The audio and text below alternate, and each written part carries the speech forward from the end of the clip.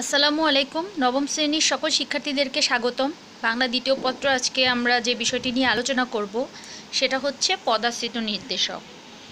তোমরা বাংলা দ্বিতীয় পত্রটা সবসময় একটু খেয়াল করবে যে আমরা আসলে বাংলা দ্বিতীয় পত্রটা মুখস্থ যেন না করার প্রবণতা আমাদের মধ্যে না থাকে।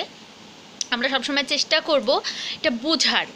যে চ্যাপ্টারটাই আমি তোমাদেরকে পড়াই না কেন, অবশ্যই সেটা শোনার পর, ভিডিওটা দেখার পরে তোমরা এই রিডিংটা খুব ভালো করে আরেকবার পড়ে বোঝার চেষ্টা করবে যে আসলে কোথায় তোমাদের প্রবলেমটা আছে। যেখানে প্রবলেম থাকবে সেটা মার্ক করে আমাকে অবশ্যই জানাতে হবে যে আমরা এখান থেকে বুঝতে পারিনি। তোমরা ক্লাসে জয়েন করে যদি কারো মনে কোনো প্রশ্ন থাকে সেটা আমাকে না বলো, তাহলে কিন্তু আমি ধরে নিব যে তোমরা বুঝেছো, কিন্তু পরবর্তীতে যদি একটা প্রবলেম হয় সেটা কিন্তু পরে খাতায় বা লেখায় প্রকাশ হয়। তার আগেই তোমরা আমাকে এটা অবশ্যই ক্লিয়ার করবে। তো আজকে আমরা যে বিষয়টি আলোচনা করবো সেটা হচ্ছে পদাশ্রিত নির্দেশক। শুনেই বোঝা যাচ্ছে যেটা নির্দেশনা, সঠিক এবং সুনির্দিষ্ট বা অনির্দিষ্টভাবে কিভাবে আমরা সেটা নির্দেশ করতে পারি। ইংলিশে যদি বলা হয় যে দ্য আর্টিকেলস, যেমন কোনটা নির্দিষ্ট অনির্দিষ্ট, এটা ধরার জন্য আসলে পদাশ্রিত নির্দেশকটা বিশেষ করে ব্যবহৃত হয়। যেমন ধরো, প্রথমেই আছে, এটা সংজ্ঞাটা একটু পড়ি। কয়েকটি অব্যয় বা প্রত্যয় কোনো না কোনো পদের আশ্রয়ে বা পরে সংযুক্ত হয়ে নির্দিষ্টতা জ্ঞাপন করে, এগুলোকে পদাশ্রিত অব্যয় বা পদাশ্রিত নির্দেশক বলে। মানে হচ্ছে কোনো একটা অব্যয় পদ, যেমন ও, তারপর টি, টা, গাছাগাছি, খানাখানি ইত্যাদি, দেখা যায় যে একটা শব্দের সাথে অ্যাড হয়ে সেটাকে নির্দিষ্ট না অনির্দিষ্ট সেটা নির্দেশ করে। এরপর আসতেছে যে বচনভেদে পদাশ্রিত নির্দেশকেরও বিভিন্নতা প্রযুক্ত হয়। বচনভেদে বিভিন্ন ধরনের পদাশ্রিত নির্দেশক দেখা যায়।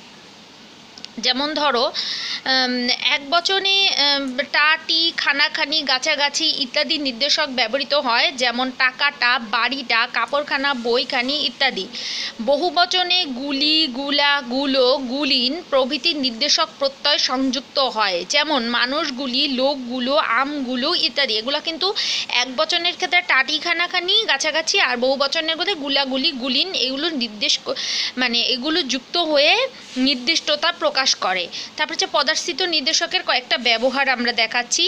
এক নম্বরে হচ্ছে, এক শব্দের সঙ্গে টাটি যুক্ত হলে সেখানে অনির্দিষ্টতা বোঝায়। যেমন একটি দেশ, সেটা যে কোনো দেশ হতে পারে, সে যেমনই হোক দেখতে, কিন্তু অন্য সংখ্যাবাচক শব্দের সাথে টাটি যুক্ত হলে সেক্ষেত্রে কিন্তু আবার নির্দিষ্টতা বোঝায়। যেমন 3টি টাকা, 10টি বছর। নিরর্থকভাবেও নির্দেশক টাটির ব্যবহার লক্ষণীয়, কোনো অর্থ নেই, নিরর্থকভাবেও হতে পারে। যেমন সারাটি সকাল তোমার আশায় বসে আছি, ন্যাকামিটা এখানে রাখো। এটা কোনো নিরর্থকভাবে কোনো অর্থ বহন করে না, সঠিক অর্থ বহন করে না। নির্দেশক সর্বনামের পরে টাটি যুক্ত হলে সুনির্দিষ্ট হয়ে যায়। যেমন ওটি যেন কার তৈরি, এটা নয় ওটা আনো। ওই যে ও হচ্ছে নির্দেশক সর্বনাম বুঝাচ্ছে, এটার সাথে যদি টাটি যুক্ত করি তাহলে সেক্ষেত্রেও সুনির্দিষ্ট হয়ে যায়। তারপর গোটা বচনবাচক শব্দটির আগে বসে, গোটা গোটা, এবং খানাখানি পরে বসে। যে কোনো বচনের পূর্বে গোটা বসে আর খানাখানিটা শেষে বসে। এগুলো নির্দেশক ও অনির্দেশক দুই অর্থেই প্রযোজ্য। গোটা শব্দ আগে বসে এবং সংশ্লিষ্ট পদটি নির্দিষ্টতা না বুঝিয়ে অনির্দিষ্টতা বোঝায়। যেমন গোটা দেশই ছারখার হয়ে গেল, এখানে যে কোনো দেশকেই বোঝাতে পারে, সেক্ষেত্রে এটা অনির্দিষ্ট ভাব প্রকাশ করেছে। কিন্তু কবিতায় বিশেষ অর্থে খানির নির্দিষ্টার্থে ব্যবহৃত হয়, কিন্তু কিছু কিছু ক্ষেত্রে খানি শব্দটা নির্দিষ্টার্থেও কবিতার লাইনে ব্যবহৃত হয়। কিন্তু কবিতার বিশেষ অর্থে খানি নির্দিষ্টার্থে ব্যবহৃত হয়। টাক, টুক, টুকু, টো ইত্যাদি পদাশ্রিত নির্দেশক ও নির্দিষ্টতা ও অনির্দিষ্টতা উভয়ই ব্যবহৃত হয়। যেমন পোয়াটাক, দুধ দাও, এক্ষেত্রে অনির্দিষ্টতা বোঝাচ্ছে, আবার কিছু কিছু ক্ষেত্রে সেটা নির্দিষ্টতাও বোঝাবে। কিছু কিছু ক্ষেত্রে বিশেষ অর্থে নির্দিষ্টতা জ্ঞাপনে কয়েকটি শব্দ ব্যবহৃত হয়। বিশেষ অর্থে সেটা নির্দিষ্টতা অর্থে বোঝায়, যেমন তা বা পাটি। যেমন তা অর্থে বোঝায় 10 তা কাগজ দাও। পাটি, দাঁত কপাটি, হাসতে হাসতে দাঁত কপাটি খুলে যেতে পারে। আমি একটা নিজের থেকে একটা উদাহরণ হিসেবে দিলাম। এক্ষেত্রে তা বা পাটি কিন্তু নির্দিষ্টতা অর্থে ব্যবহৃত হয়।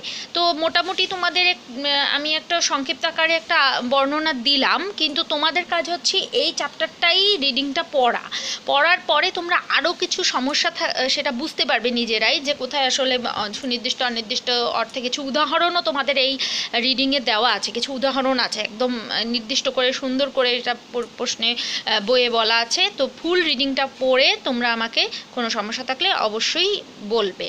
আশা করি সবাই বুঝতে পেরেছো। এবং HW থাকবে, এটার উপরে তোমরা 25টা জ্ঞানমূলক মানে সৃজনশীল 25টা জ্ঞানমূলক আমাকে করে জমা দিবে। আশা করি বুঝতে পেরেছো। ধন্যবাদ সবাইকে।